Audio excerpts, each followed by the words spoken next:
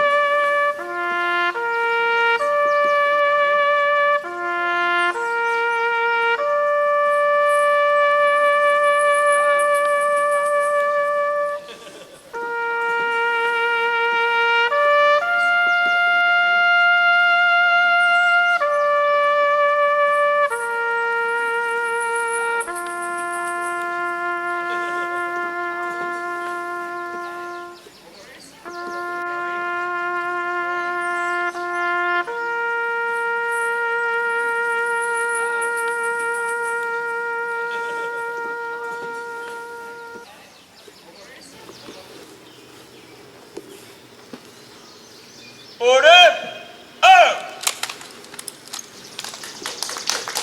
Dismiss!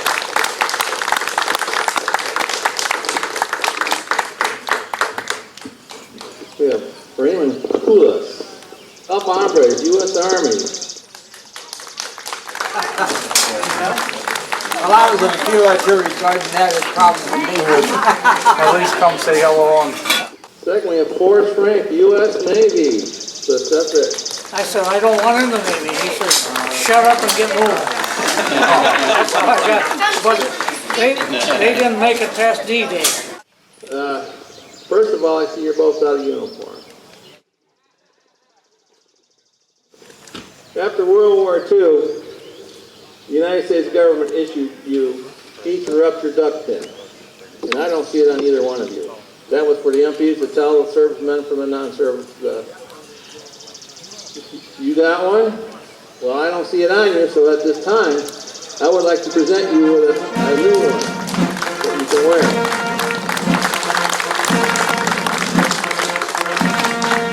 Thank you guys. Thank you family for bringing them out.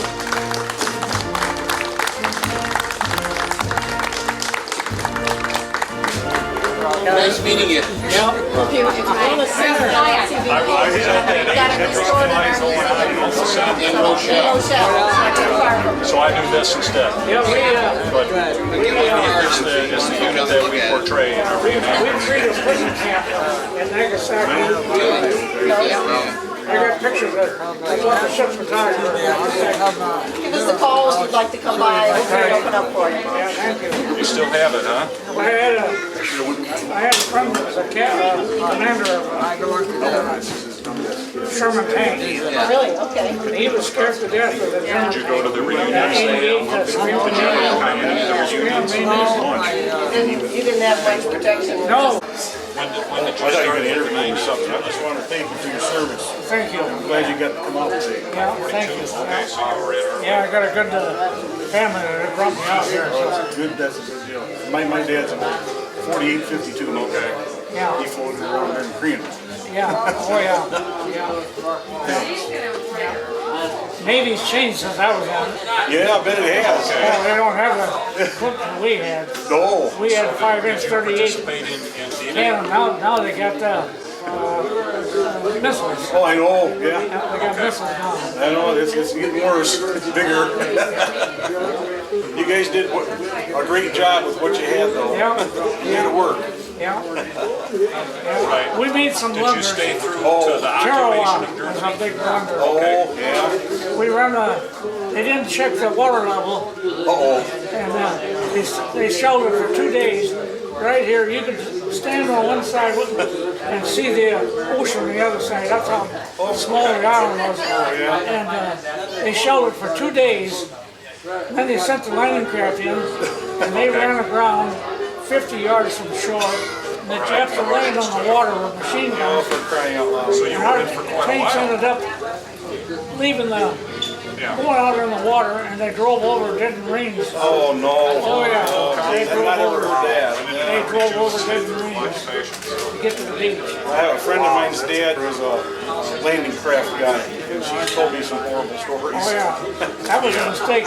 They should have known the tide was out and what the level. They didn't check it. Which 90th outfit? From then on, with the Holland Magic Smith says, I'm going to take that island, takes every Marine I got. And he damn near, Just about did, huh? yeah, just about. Oh, crap. Oh. The thing was only about a mile long and half a mile wide. Yeah. We lost them. Wasn't hardly worth it, huh? No, we lost thousands of Marines right there. That's terrible. Yeah, I hope we never see that again. What we got now is bad enough. That was something else, that's for Yeah, sure. we done a little different after that. Yeah. Of some kind. Go ahead. See you later. Enjoy your day now. Okay, Sorry, thank you for your service. thank you, thank you.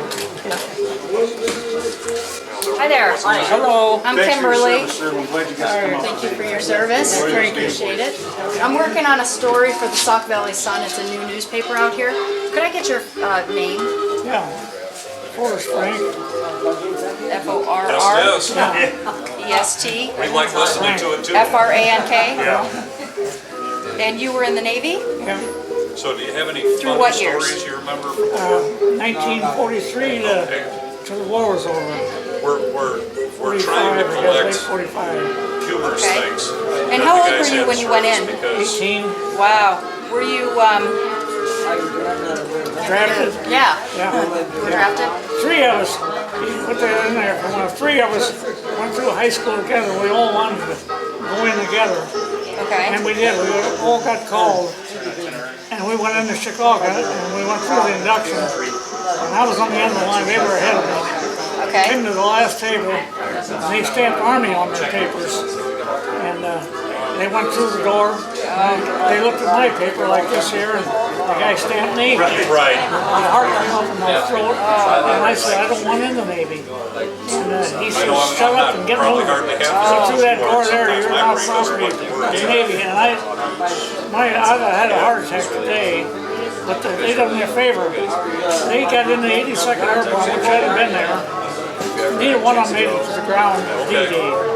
They jumped in France, 82nd Airborne, and I was in the Navy, and I made it all the way. I made it 8 now. So you've got to be. And I was the lucky one.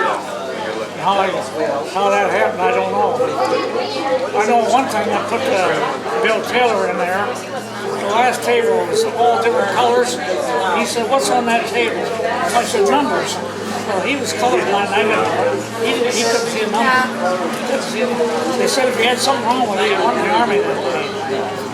Oh. Well, I didn't know that 359 until later. regiment. So you were the lucky one. I was lucky. Otherwise I wouldn't be here. How long did it take you to accept the Navy? Oh, it didn't take too long. Once I got in with the guys, they sent us to Bergen, Idaho. That was a beautiful place, right next to Glacier National Park. And where were you from originally? Sterling, Illinois. Okay. Yeah, Had you ever left home? nope. No, not at 18. And I was bashful. And I'm telling you, when I got through the camp there, I learned to talk quick. I put in for, I didn't know anything. I was interested in radio. And I put in for, I heard of radar. I put in for radar. They asked what I wanted to get into. And I said, radio technician or radar.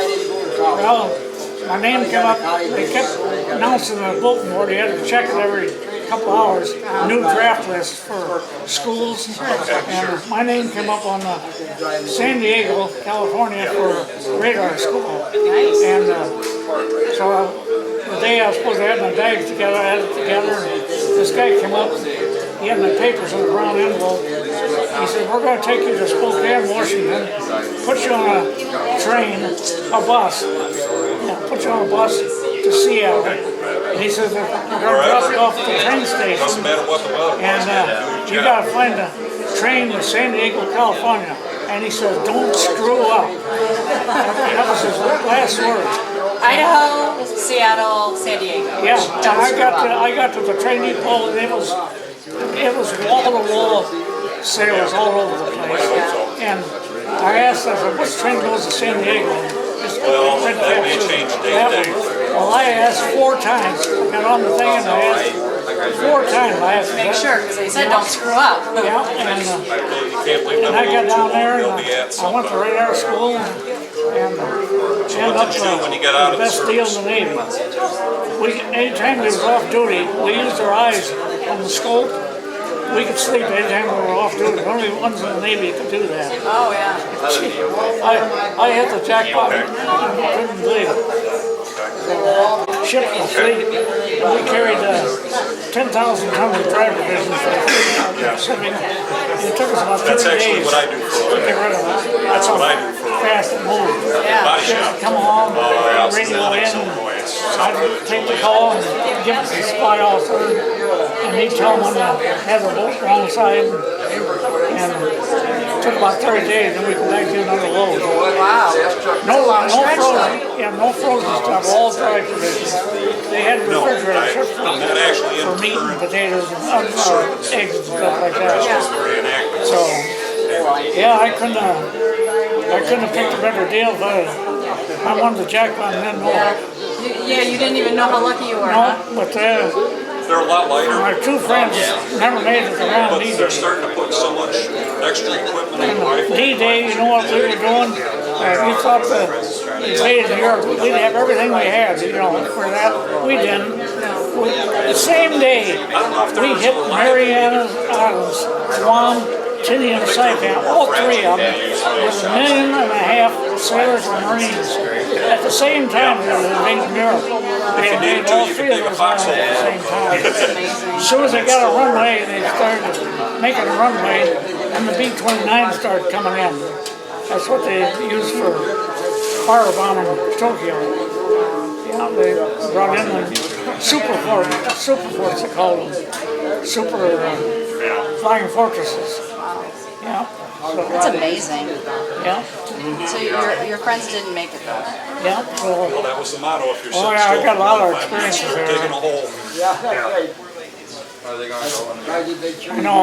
One time in the Philippines, the Japs would come in at night with their fighters, try to disrupt.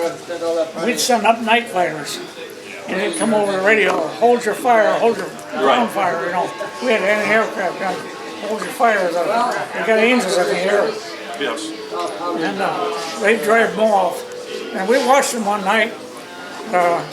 They were coming in one at a time. I think we had about 7 night fighters up. They came in one at a time with running lights on. Could have been more than 1.5 miles away from us, right across the water. And the last one that came in, the shore batteries opened up and blew that thing right out of the sky. What the heck? They shot one of our planes down. And you know what it was?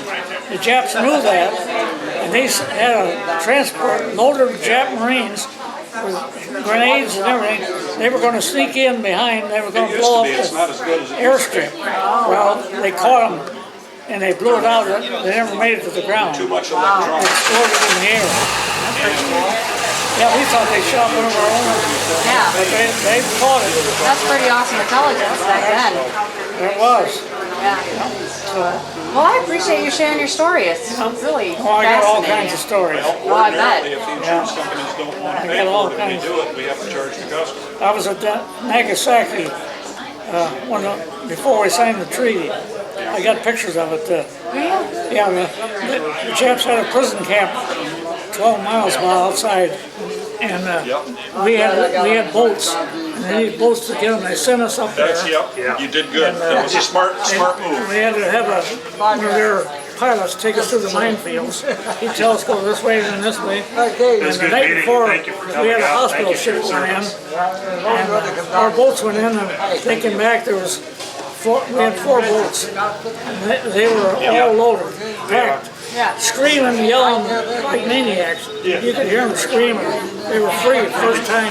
They were all Australian. How long were they? We got a couple, yeah. It was a whole war. Getting rounder though. Yeah.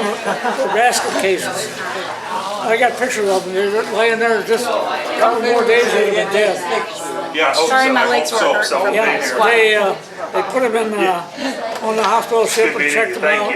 And the British carrier, Ark Royal, came in and they took them on and put them on the hangar deck. And then they took them back to Australia. How long had they been prisoners, though? Yeah, they were prisoners the whole war. They were Australians. I think they got them off in Singapore when they captured Singapore. So there wasn't any Americans out, but we just citizens? No, they were military. They were all soldiers of the Australian Army, but they were captured at Singapore. Jets came in there and cut them off and captured them and put them in this prison camp.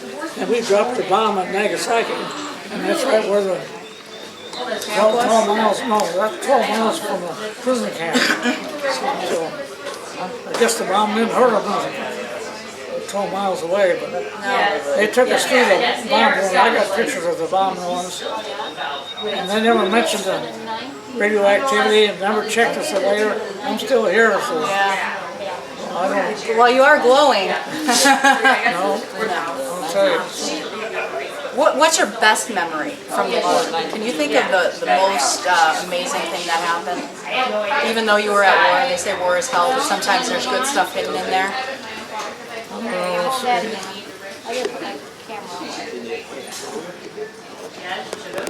I guess the best thing, we've been to Tarawa and Quadron, and we took all of them, and we were going to the Philippines. We were going into enemy territory, and we knew we were, and there were Jap bases all around us, and we got in there and Leyte and look up there and see the American flag flying on enemy soil. Good. Doing something to you. It's the first time we've seen an American flag on foreign soil. Our Marines were already inland, but that was a wake up. We're here. You made it. Yeah, we made it. Nice familiar sight from home. Yeah, but we got lucky there. The Japs sent the fleet down, their fleet down, and Halsey missed it. He went on the outside. He thought they were coming around the outside, but they came down the China coast. And they came across, and all we had was destroyers, and cruisers, and PT boats. Well, PT boat is the only protection they got is speed. We got 3 aircraft engines on, high octane fuel, and speed was their thing. They carried 4 torpedoes. Well, they attacked the Jap fleet that night, and they sunk 3 carriers. And we lost a lot of ships, though. We lost a lot of PT boats, and cruiser, remember in Nashville. Our chief radio man had been on that, and he knew every radio one. And they took a suicide plane on the superstructure, killed 90% of the radio men on Nashville, and he knew every one. So There's a lot of friends that way. oh yeah, we drove them on. They turned around and left, but our PT boats were zigzagging, and they fired those torpedoes. Japs were going in single file, which was a mistake. That's the way they used to do in the old war, single file. But we lost PT boats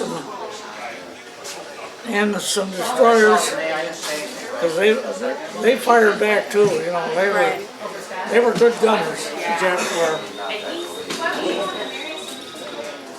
But but they were going to drive us off of Leyte, but they never made it. So, and from there, MacArthur went up to Incheon, not to Incheon, up north of Manila. He landed up there on the Luzon Island and came around to Manila from the back side. Well, the Japs were waiting for him from the front side. He went around behind them.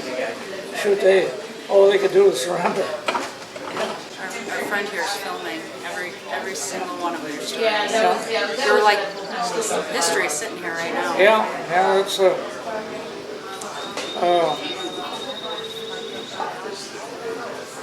we had on Guam, one radio man got permission to go over on Guam. He said he had a brother in the Marines over there, and he got permission to go see him. And at that time, the island was supposed to have been secured. And he came back, and, did you see your brother? Yeah, I see him. Where was he at? He was on the front lines. Front lines, they said this thing was secured a month ago. Oh, he says, yeah, it was secure, but they had Japs hanging out hold out in the caves. And they sat out front and waited for it to come out.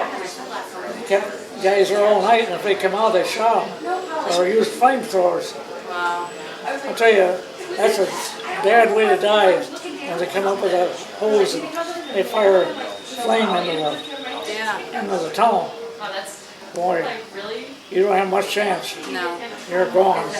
That's what they use. They have a tank of acetylene on their back. So I got to take you to the dinner room. You'll never find it. It was down under the #2 gun tub. And I said, the door's locked. No, he says, push on it. He says, it's air conditioned in there. God, it was. I couldn't believe it. 100 degrees outside, and they had 2 dental chairs in there, just like downtown. Yeah. And I guess they got me in there, and they filled my tooth. And I went back up and waited, and the mail boot came back from the beach and picked me up. Yeah, I got tooth filled up. So So your worst injury through the whole war was a toothache? yeah, I guess. And you got to sit in the air conditioning Yeah, during it? yeah. Well, hell, that's pretty good. Beautiful room. You thought it was downtown. Sure. Painted 2 colors of green. But there were 2 dental chairs. They had 2 dentists on that day. Well, there was about 1,500 crew members, so that's quite a few. That's a lot of teeth. Yeah, That's great. That's great. yeah. But they tell you, if you had something wrong with you, now this doctor, we had a guy that had appendicitis. And this doctor we had was fresh out of the medical school. I guess he operated him, and he got the appendix out. He got all right. That was his first operation Wow. on our ship. Yeah, So he was kind of a guinea pig for the surgeon. yeah, he was. First one. He was a teenager too, I assume? Yeah, 18, 19 he wasn't, well, he was probably 2 or 3 years older than, he had college degree, so. But he looked young, but he was a nice guy. And he came out of surgery good? Oh yeah, he came out all right, yeah. That's Yep, amazing. yep. Got on a ship to Pearl Harbor, and got on the ship I stayed on for the rest of the war then. And we were with the fleet the whole rest of the war, supplying food. You know, they'd come into the harbor, and we didn't go out on the battle runs with them. We stayed in the port and supplied they probably had 10, 15 ships in their group. Now, do you live in Sterling now? Yeah, yeah, You went right back home once the war was over? yeah. I didn't. I tried to find some of the guys. I had their addresses. I found one guy, but that's all I was able to find. I went to Coon Rapids, Tarawa. Good friend there. Nobody ever heard of him. And he gave me his address. I went to the police station. I went to the post office. They won't tell you anything. But the police station, they did really try to help. They couldn't find anybody that ever heard of him. He kept telling me that's where he's from, Coon Rapids, Iowa. You ever know that you're my